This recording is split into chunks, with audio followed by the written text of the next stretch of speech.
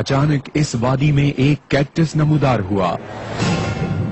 اس cactus کو کسی نے طالبان کہا، کسی نے انڈین ایجنٹ، کسی نے امریکن فنڈڈ، تو کسی نے شرپسند اور دہشت گرد کہا۔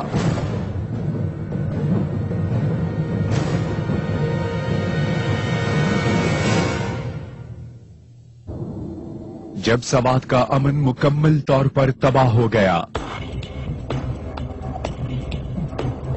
کاروبار برباد ہو گیا، تو ان دہشت گردوں نے یہاں اپنا جنگل کا قانون نافذ کیا۔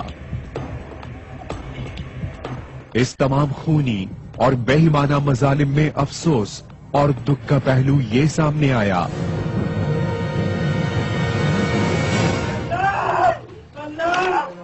کہ یہ تمام کارروائی اسلام کے نام پر کی گئی۔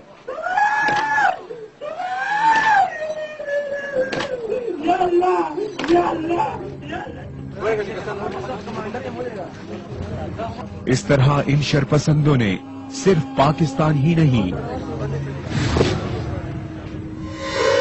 بلکہ اسلام کی تعلیمات پر بھی بدنما داغ لگایا۔ اس طرح ان شرپسندوں نے سازش کے ذریعے اسلام اور پاکستان کو دنیا بھر میں بدنام کیا۔ سوات کے بارے میں تھوڑا سا آپ کو سوات کے بیک گراؤنڈ کو سمجھنا ضروری ہے۔ دیکھیے، سوات کی ریاست پاکستان بننے کے بعد بھی بہت طویل عرصے تک یہاں پر والی سوات کا قانون چلتا رہا، اور والی سوات کا جو قانون تھا وہ سادہ قانون تھا، شریعت بیس تھا، قاضی کورٹس تھی وہاں پر۔ 1970s تک سوات کے اندر قاضی کورٹس کا سلسلہ تھا۔ پاکستان کا جو مین سٹریم جوڈیشل سسٹم ہے، ہماری سیشنز کورٹس، ہائی کورٹس کا، یہ نظام سوات میں بہت آخر میں آیا ہے۔ اور سوات کے لوگوں نے جب یہ سیشن کورٹ، ہائی کورٹ کا نظام دیکھا، سپریم کورٹ کا نظام دیکھا، تو وہ بے چین ہو گئے، کیونکہ ان کے ہاں نظام بڑا سمپل اور سادہ تھا۔ جس کو کوئی عدل چاہیے ہوتا تھا، انصاف چاہیے ہوتا تھا، اپنے علاقے میں قاضی کے پاس جاتا تھا، معاملہ وہیں ریزالو ہو جاتا تھا، کبھی سوات کی وادی سے ان کو باہر بھی نہیں نکلنا پڑتا تھا۔ اور جب سے پاکستان کا باقی جوڈیشل سسٹم وہاں پہ جا کے نافذ کیا گیا تو لوگ بھڑک گئے، کیونکہ ظاہر ہے اب لوگوں کو اپنے مقدمات کے لیے کوئی پشاور آنا پڑے، کبھی اسلام آباد آنا پڑے، کبھی لاہور جانا پڑے، اور وہ ایک سادہ نظام جو کئی سو سال سے قاضی بیس چل رہا تھا، وہ نظام ختم کر کے انگریز کا نظام جہاں نافذ کیا گیا، تو ایک بذات خود ریزنٹمنٹ اور غصہ وہاں پہ 70 کی دہائی میں، 80 کی دہائی میں بڑا عروج پہ پہنچ رہا تھا۔ بریگیڈیئر عامر نے ہمیں وہ مساجد بھی دکھائیں جنہیں دہشت گردوں نے تباہ کرنے کے بعد الزام پاک فوج کے سر دھر دیا تھا۔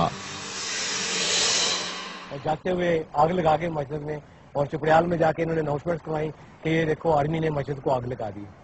ان کے اپنے کام تھے، ہمارا کام تو اللہ کا شکر ہے کہ لوگوں نے پہلے بھی اچھی مسجد بنائی تھی، لیکن ہم نے کوشش کی ہے کہ اس سے بھی اچھی اس کو بنائیں۔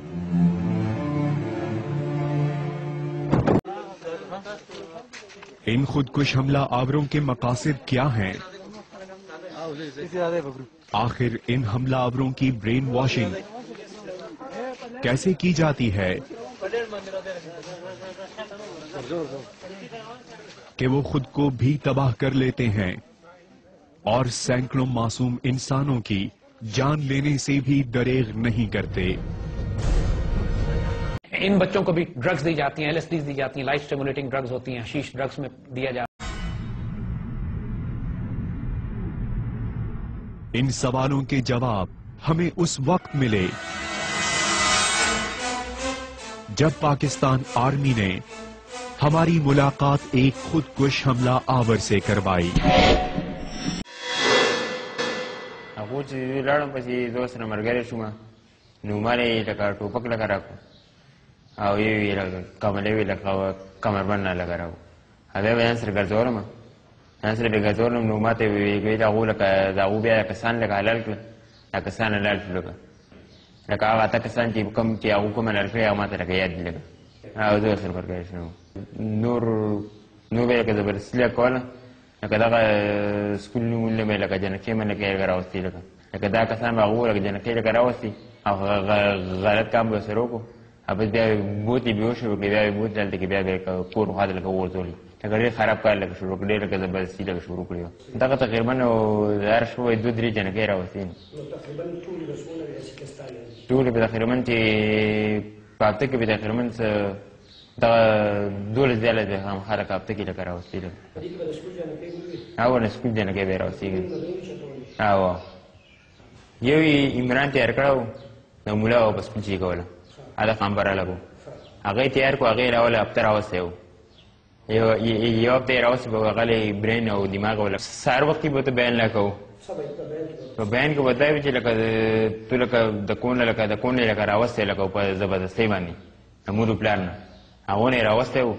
او لکه زګیره ود لکه نه خو چې دې په دې کې لکه دې او لکه وینا ود لکه وړ چې سار وخت به بیان کو ما زګرا غریب روزانه جوړل اب زور باندې ګاډي ته کړه بلکې څه ته کړه لکه بوله دي اب ګاډي کې او لکه تو لکه ځان مکا لکه خامخاله فعلا په تعلیم کې ولدا ویل چې ان شاء الله تعالی کې جاد دماکه دا وکړه لکه موږ سامور له کور ولا پیسې له کور کو دا بل لکه مایل نه ځان تر ته لکه مایل کو لکه تو به ځان تر کړه کې لټ شو لکه دا لا خو دې کار دی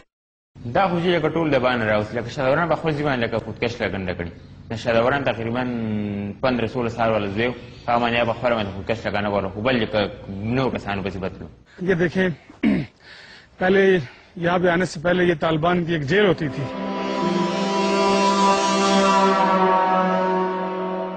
یہاں پہ وہ لوگوں کو معصوم لوگوں کو بغیر کسی جرم کے پکڑ کے لاتے تھے جو ان کی بات نہیں مانتے تھے ان کو بھی مجرم کے طور پہ وہ گنتے تھے اور یہاں پہ ان کو لا کے یہ نیچے تہ خانہ آیا یہاں پہ ان کو سزائیں دیتے تھے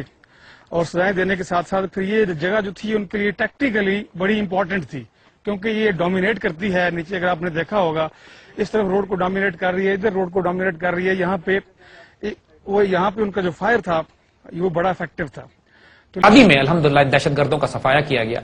24 لاکھ کے قریب سوات کے لوگ اپنی مرضی سے اب باہر نکل کر آئے وادی سے. یعنی آپ نوٹ کریں گے کہ سوات کی آبادی نے کہیں پہ کوئی جلوس نہیں نکالا, کوئی ہنگامہ نہیں کیا, کوئی لڑائی نہیں کی, کوئی آرگومنٹ نہیں کی اس بات پہ کہ ہم وادی خالی کریں یا نہ کریں. خاموشی سے انہوں نے اپنے بچوں کو لیا, عزتوں کو سب بچایا, باہر نکل کے آ گئے کیونکہ ان کو معلوم تھا کہ جب تک یہ لوگ ان دہشت گردوں کا صفایا نہیں کیا جائے گا, جب تک فوج ان کا صفایا نہیں کرے گی, آئندہ آنے والے وقتوں میں سوات کے لوگوں کی عزت آبرو جان و مال محفوظ نہیں ہوگی. 24 لاکھ لوگ باہر آئے, آرمی نے ان کی صفائی کی دہشت گردوں کی اور پھر اسی خاموشی کے ساتھ یہ لوگ واپس جا کے اپنے اپنے علاقوں میں آباد بھی ہو گئے اور آج سوات کی وادی ماشاءاللہ پھر سے آباد ہو رہی. پاکستان آرمی نے سوات میں دہشت گردوں کا نیٹ ورک تو تباہ کر دیا ہے لیکن اب بھی باقی ماندہ خودکش حملہ آور سوات میں بد امنی پھیلانے کی طاق میں رہتے ہیں. آخر ان دہشت گردوں کے پاس اتنا جدید اسلحہ کہاں سے آیا اور ایسا کون ہے جو انہیں فائنینس کر رہا ہے؟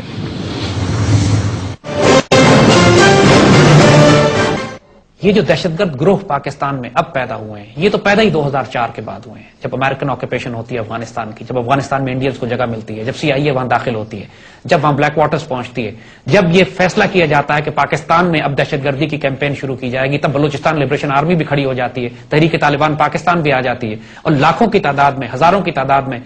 جو اسلحہ, روپیہ, پیسہ, currency, communication equipment, wireless set جو پاکستان بھیجے جا رہے ہیں افغانستان سے, یہ کون بھیج رہا ہے, یہ کیوں نہیں بات کرتے؟ یعنی ہم ان لوگوں کے اوپر ان کی عقلوں پر ماتم بھی کرے انسان اور ان کی پاکستان اور اسلام سے محبت پہ بھی انسان کو شک ہوتا ہے. شک نہیں بلکہ ہم صاف کہیں گے یہ غدار ہیں جو ایسی بات کرتے ہیں کہ جو اس سارے فساد کی بنیاد پاکستان میں تلاش کرتے ہیں, سارے فساد کی بنیاد پاکستانی ISI اور آرم فورسز کو اور مسلح افواج کو اور پاکستانی معاشرے کو جس کا ذمہ دار ٹھہراتے ہیں. یہ کیوں نہیں بات کرتے کہ انڈیا افغانستان سے یہ ساری دہشت گردی پاکستان میں بھیج رہا ہے؟ یہ بات تو خود یہ مجبور ہو گئے اب کہنے کے لیے کہ پاکستان میں جتنا اسلحہ آ رہا ہے, جتنے راکٹس فائر ہو رہے ہیں, جتنا ویپن اور ایمونیشن اور کرنسی استعمال ہو رہی ہے, تمام کی تمام انڈیا سے آ رہی ہے. یہ تمام دہشت گردی کے اڈے جو انڈیا میں قائم ہیں, جو کہ افغانستان میں قائم ہے اور انڈینز ان کو بیک کر رہے ہیں, یہ وہ دہشت گردی ہے جو آج ہم کو پاکستان میں ٹرائبل ایریاز میں سوات میں نظر آتی ہے. ایک تو اسلحہ ان کے پاس جدید ترین تھا, بہت ہی جدید ترین اسلحہ تھا جو کہ ادروائز بلیک مارکیٹ میں مل جاتا ہے. انڈین ساختہ اسلحہ بالکل پکڑے ہیں ہم نے, ایکسپلوزو پکڑے ہیں, کرنسی پکڑی ہیں اور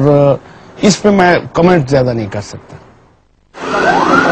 یہاں ذہنوں میں یہ سوال گردش کرتا ہے کہ خودکش حملے, دھماکے, تباہیاں اور خوف و ہراس کے پیچھے صرف ہندوستانی دماغ کام کر رہا ہے یا ان تباہی و بربادی کے ماسٹر مائنڈ 7 سمندر پار بیٹھے ہوئے ہیں. ظاہر ہے کہ جن کو پاکستان کا پھلنا پھولنا اچھا نہیں لگتا تو وہ یقیناً اس میں وہ شامل ہوں گے. اور وہ صرف پڑوسی ہونے کی بات نہیں ہے، جو ہمارے پڑوس میں ایسے ہمارے لوگ ہیں وہ بھی یقیناً، اور جو دور بیٹھے ہیں لیکن ان کی آنکھوں میں پاکستان کا نیوکلیر پاور ہونا کھٹکتا ہے، جو ان کو بھی آپ شامل رکھیے. یہ تو ایک گلوبل لیول پہ پاکستان کے خلاف ایک سازش ہے، اس کو سمجھنا چاہیے. اور ہم بعض اوقات ہو سکتا ہے کہ کچھ لوگ ہمدرد بن کے بھی اس میں ساتھ آتے ہوں، ان سب کے چہرے ہمیں ذہن میں رکھنے چاہیے. اور سازشیں چاہے پڑوس میں بنائی جائیں یا سمندر پار، پاکستانی قوم اور بہادر پاکستانی افواج دشمن کی ہر ناپاک سازش کو ناکام بنا دیں گے.